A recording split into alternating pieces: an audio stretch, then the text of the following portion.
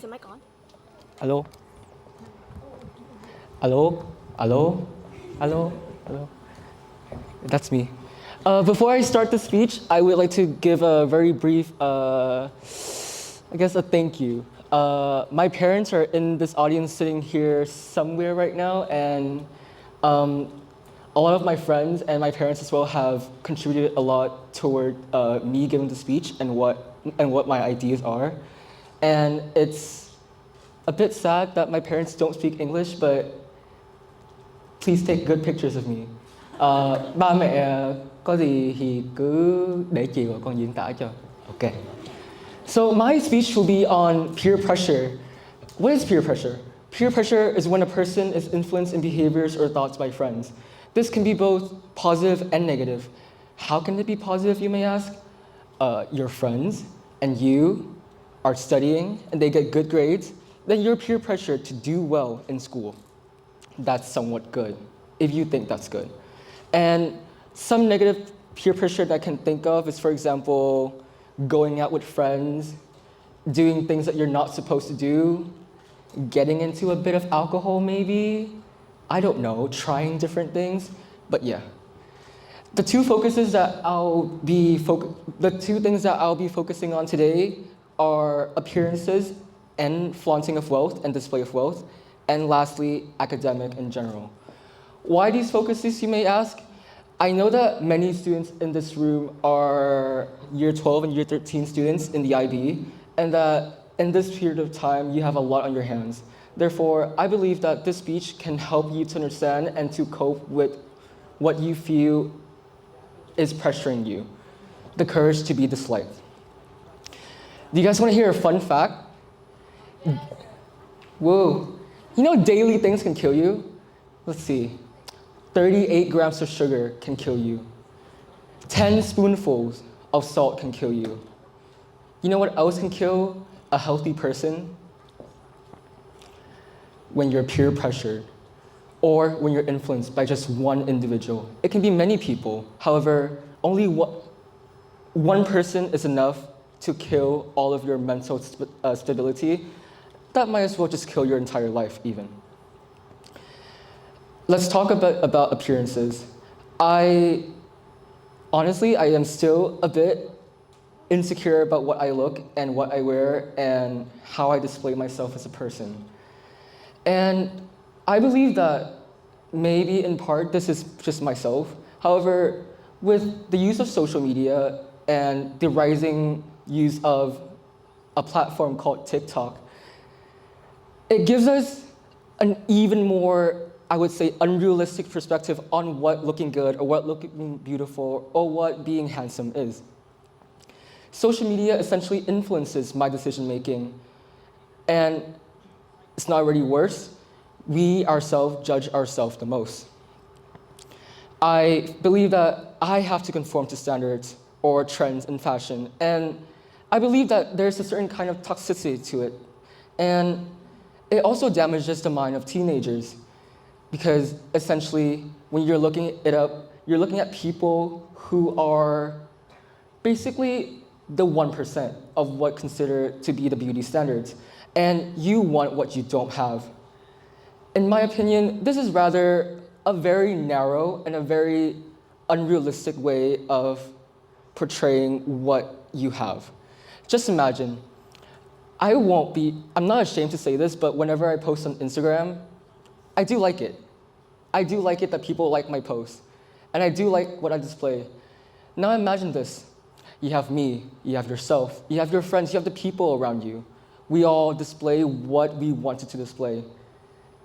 And what does that add to together? You have a very unrealistic image of what you want to portray or what success is. Because most of us, I'm saying most because I don't think all of us do, but we don't display what we think will be viewed negative by the world or by the people around us. I want you to close your eyes for a brief 30 seconds. Just think of it, okay?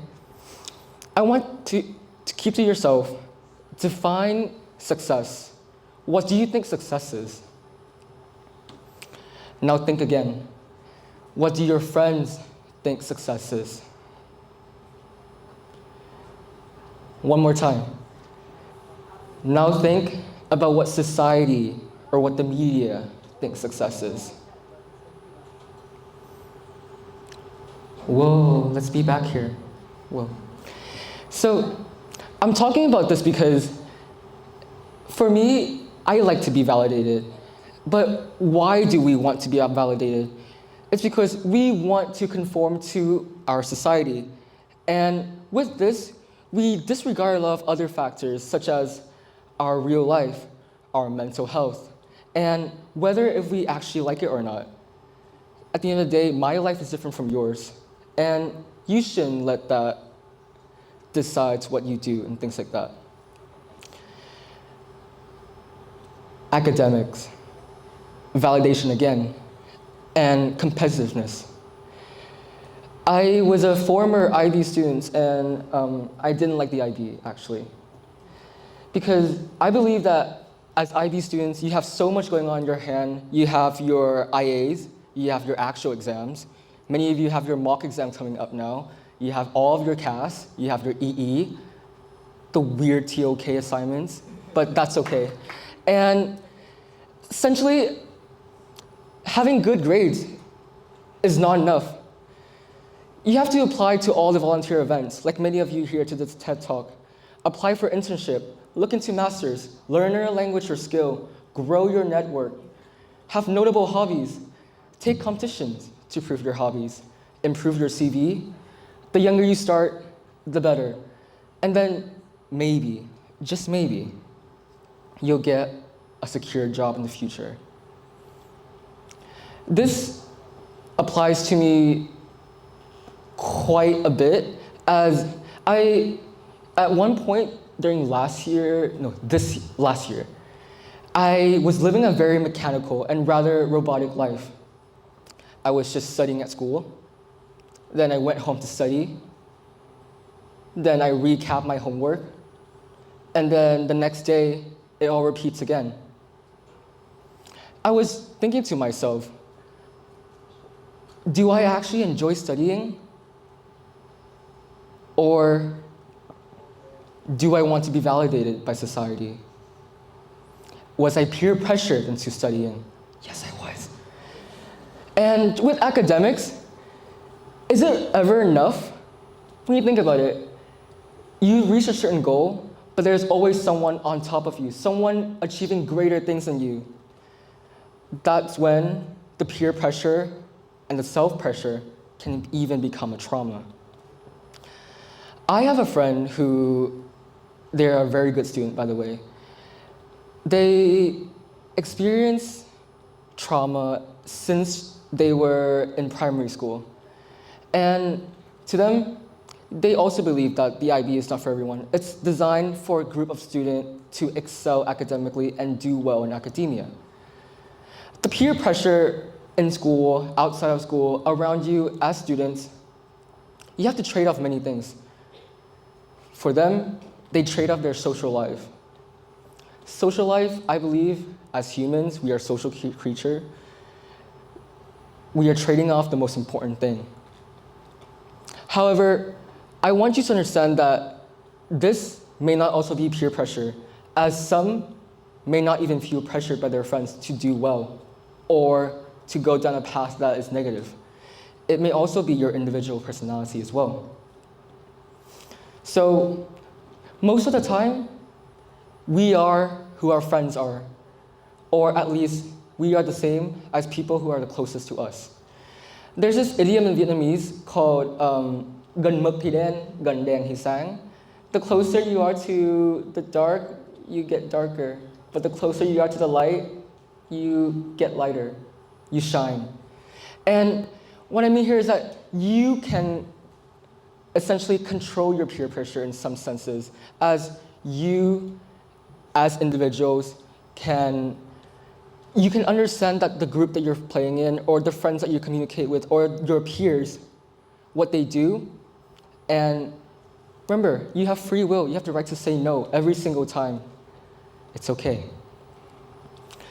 With this in mind, I also want to introduce some self-development, or as students, a platform to step off of to understand the peer pressure around you and how to deal with it. Don't care. Just don't care about it. Why should you care? People can mock you, whether physically or verbally or online. It's not right, but it's for their temporary enjoyment.